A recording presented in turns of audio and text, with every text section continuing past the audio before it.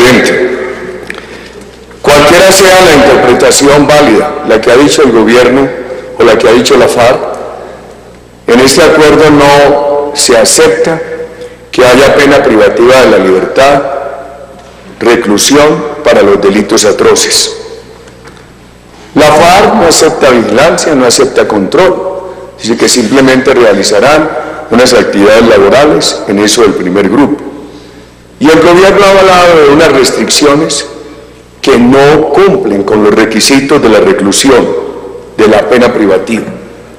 Ese es el primer punto. El segundo, ¿quién va a hacer el reconocimiento?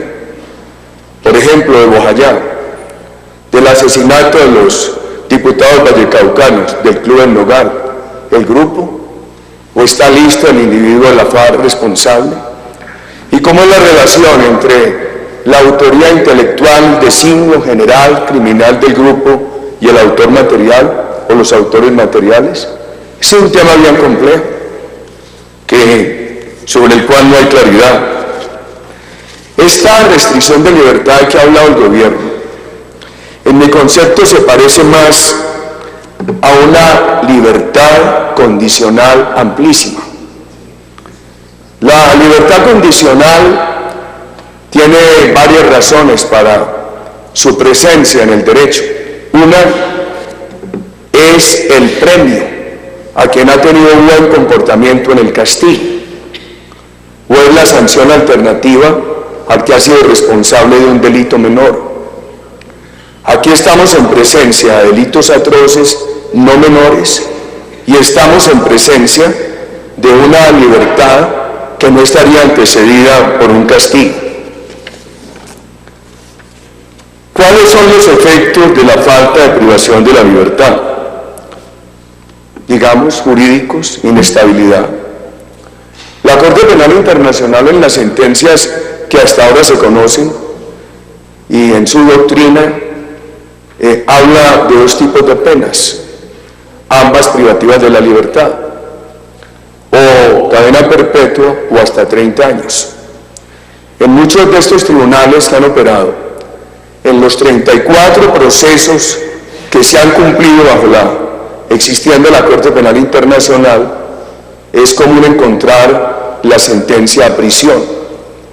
Y yo creo que lo que dijo la Corte Constitucional de Colombia en aquella sentencia sobre la Ley de Justicia, Paz y Reparación fue muy claro en ese sentido. Entonces, yo pienso que se corre un riesgo y una inestabilidad en lo interno. Este país es democrático, la política gira, va y viene. Por ejemplo, yo tendría que pensar mucho para contestarle a personas que trabajaron en mi gobierno y que me sorprenden con lo que hoy dicen, pero pensaba ahora, como se decía en la universidad, evolución, compañero, evolución. Entonces, esto puede conducir a una preocupante inestabilidad interna y ante los tribunales internacionales. Y el mal ejemplo. Yo estaba elaborado en un acto político el domingo con el senador Mejía. Nos decían, mire, aquí hay casi 2.000 reclusos en esta cárcel y todos están pidiendo que, como se hizo este acuerdo con la FARC, ¿cómo los van a tener a ellos aquí recluidos? Un problema nacional hoy bien generalizado, que es el de drogadicción. Pues la mayoría de los colombianos pedimos que al joven que caiga en el problema lo rehabiliten sin cárcel, pero el país le va a tener que aplicar cárcel a los distribuidores de droga. Y entonces, estos señores de estos delitos atroces no van a tener penas privativas de la libertad. ¿Cuál es la autoridad para condenar a una pena privativa de la libertad al distribuidor de droga en los colegios colombianos? Ahora, es que aquí ni siquiera se cumpliría con una alternatividad. Porque yo creo que la alternatividad para esos delitos atroces hay que mirarla en el mismo escenario de la reclusión. Un escenario sería las granjas agrícolas con unas condiciones de reclusión. Otro escenario de alternatividad, la reducción de la condena. Yo creo que nos han inducido al error de hacer pensar que la alternatividad tiene que ser la no reclusión. Y la alternatividad puede ser unas condiciones menos drásticas de reclusión, como las granjas agrícolas, o no 20, ni 15, ni 30 años, sino 5, 8 años, etc.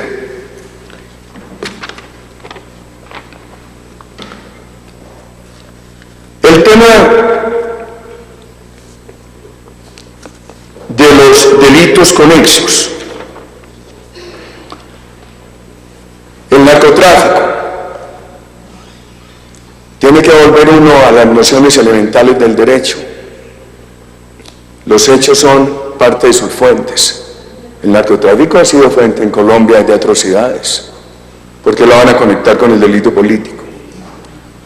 Que no se puede afectar el proceso, que hay que considerar que se financiaban en sus actividades con el narcotráfico, que lo principal eran sus actividades, para muchos políticas, para otros son terroristas, con el narcotráfico, pero por eso no hay conexidad, porque el resultado ha sido atrocidad.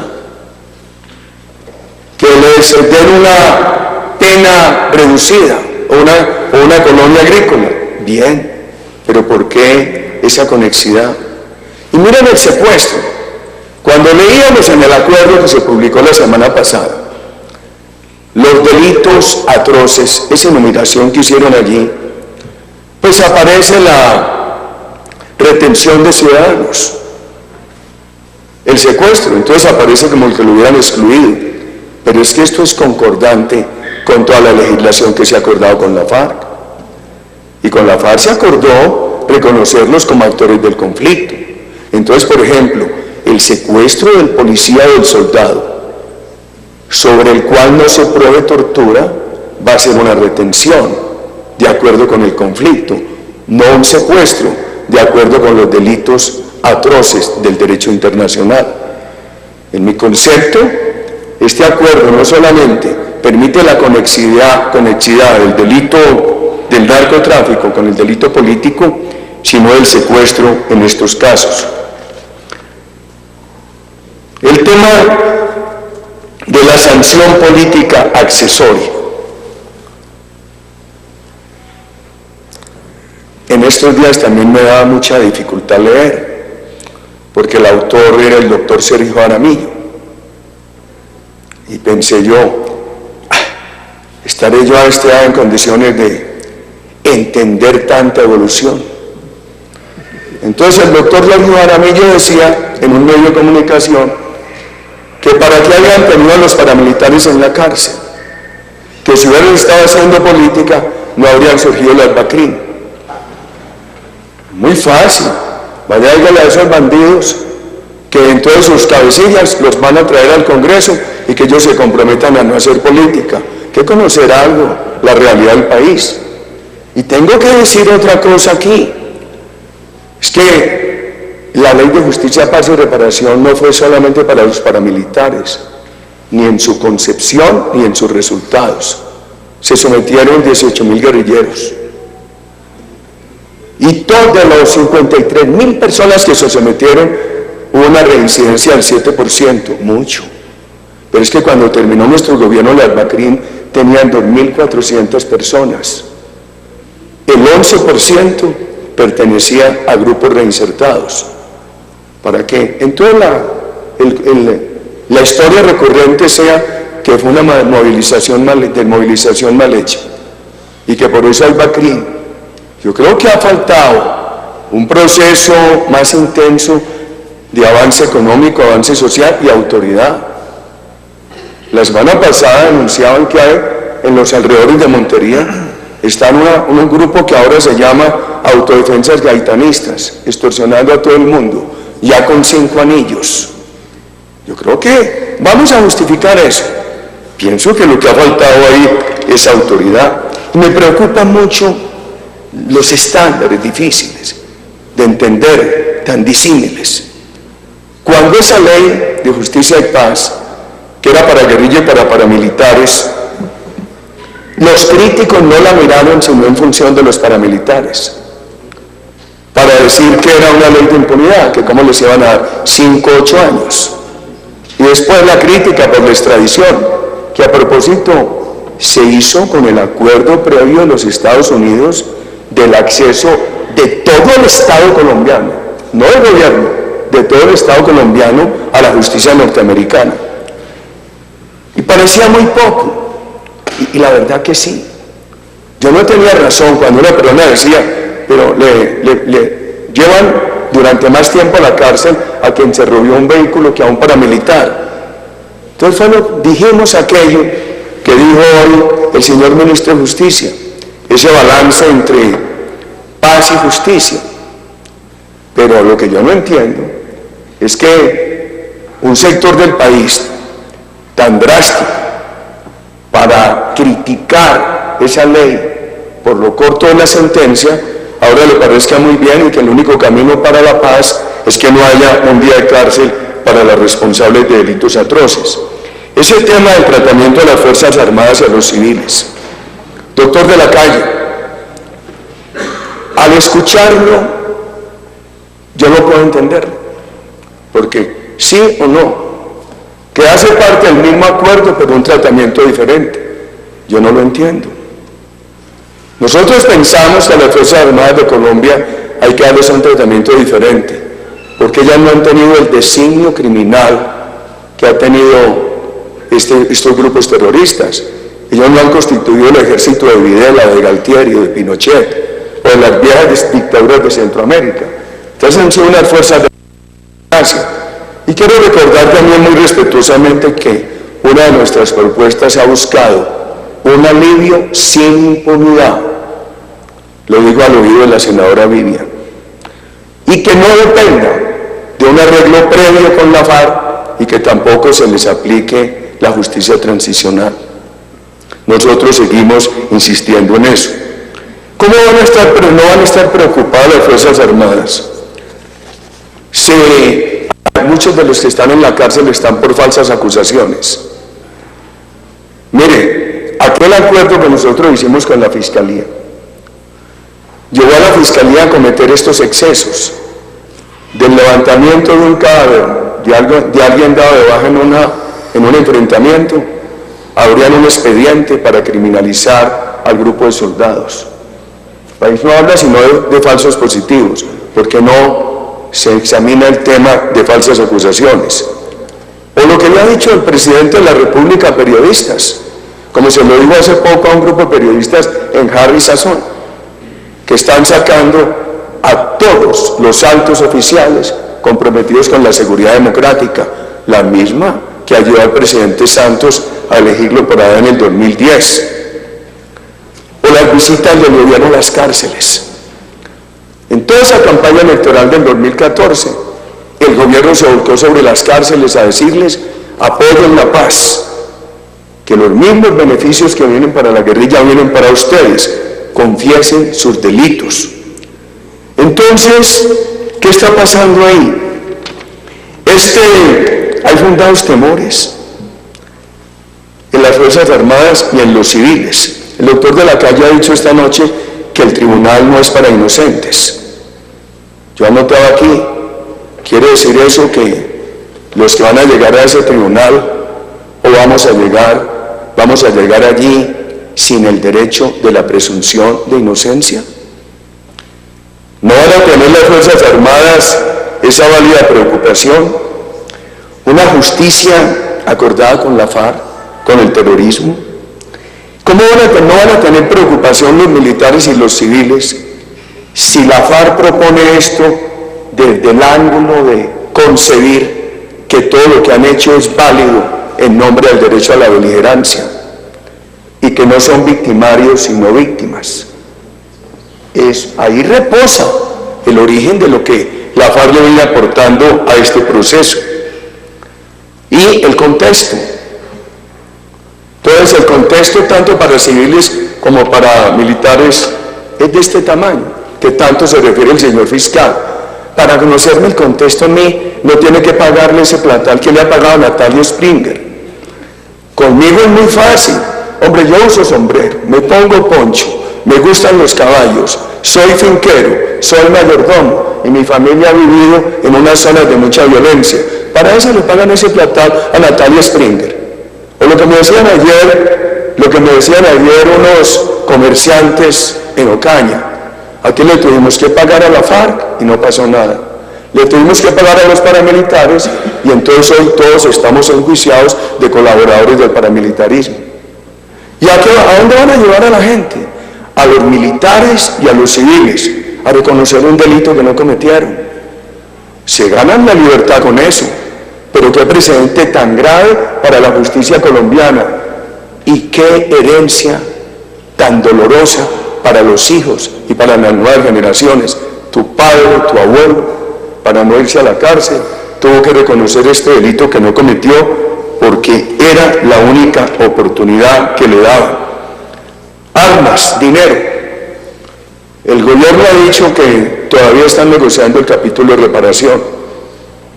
A mí siempre me sorprendió que en este acuerdo no se habló nada del tema del dinero de la FARC para reparar. Las armas. El doctor de la Calle en una sesión anterior aquí dijo que se exigía la entrega. Ahora volvieron a la dejación. Y el tema no es simplemente el diccionario de la Real Academia, es del origen histórico de la palabra. Sabemos qué significa dejación para la FARC, que es guardarlas mientras quieren, sacarlas, brillarlas, montarlas y dispararlas cuando quieren. Venezuela, a mí siquiera no vi la foto, pero a mí me dolió mucho cuando me contaron que ahora estaban cogiditos de la mano Raúl Castro, Timochenko y el presidente de Colombia, y que los testigos ahí eran los delegados de Maduro. Ese día, entonces Maduro, habilitado, reconocido como el garante del proceso, y por la mañana había cerrado más puestos de frontera en el Bichada. Entonces ahora anuncia UNASUR que van a permitir que los colombianos vuelvan. ¿Y quién les va a reparar ese daño?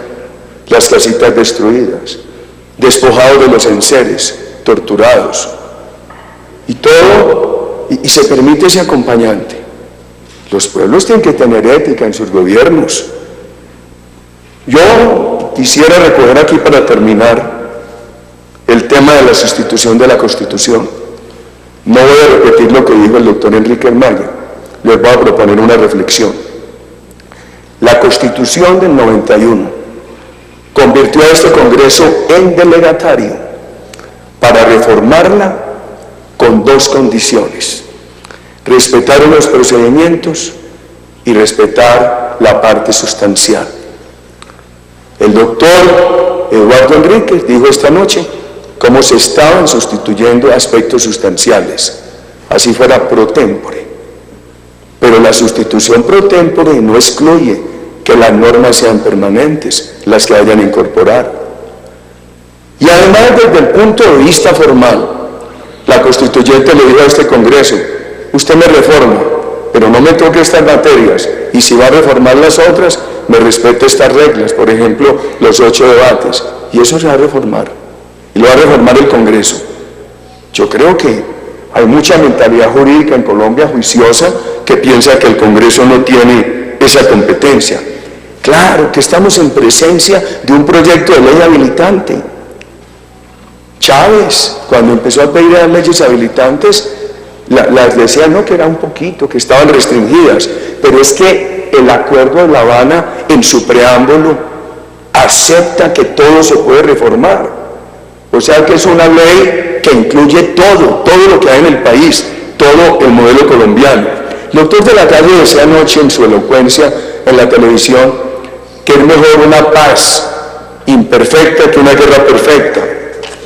A mí me da mucho miedo de la paz débil, inestable, que genera más violencia.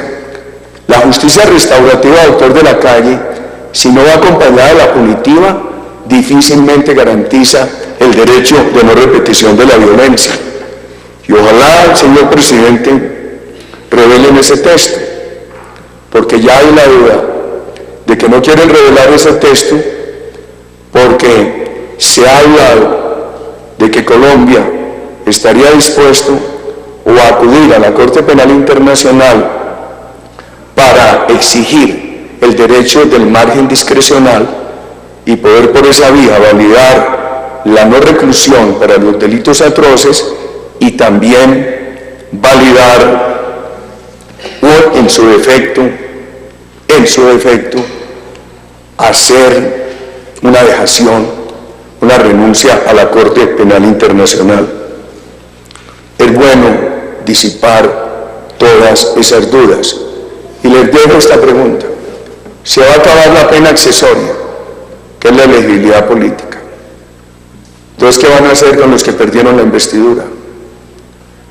Con todos los colombianos condenados por otros delitos, mucho menores que estos, pero delitos que no eran políticos, ni accidentes de tránsito, y que como pena accesoria, por el texto original de la Constitución del 91, perdieron la elegibilidad. Esa es otra preocupación. Gracias, señor presidente.